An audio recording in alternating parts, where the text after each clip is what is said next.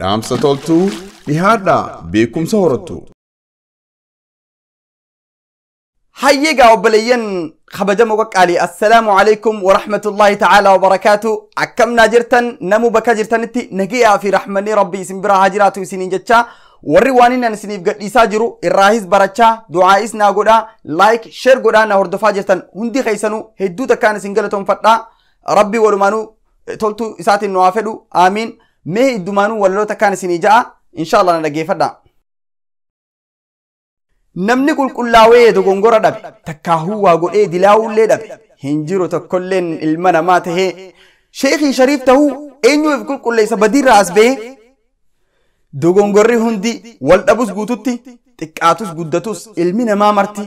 numa dogongoraa jireenya keessatti caalaan namaa garuu hambadii isaa baree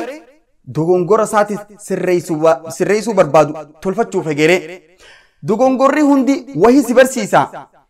yaadaa fi ilaalchaan si jaaree si cimsa yoo warraa baratte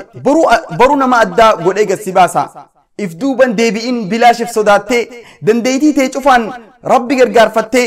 waan gaarii hojjattee if jijjiiruu qabdaa garaarraa murattee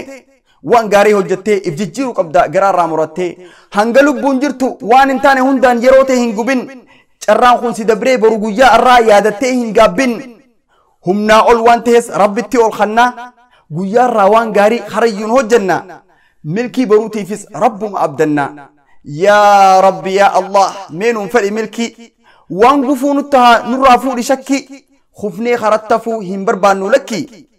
damee hojii teenyaa wal qaqqabsiisii birki fiin xarran nu baasii atummaan nu arki fiin xarran nu baasii atummaan nu arki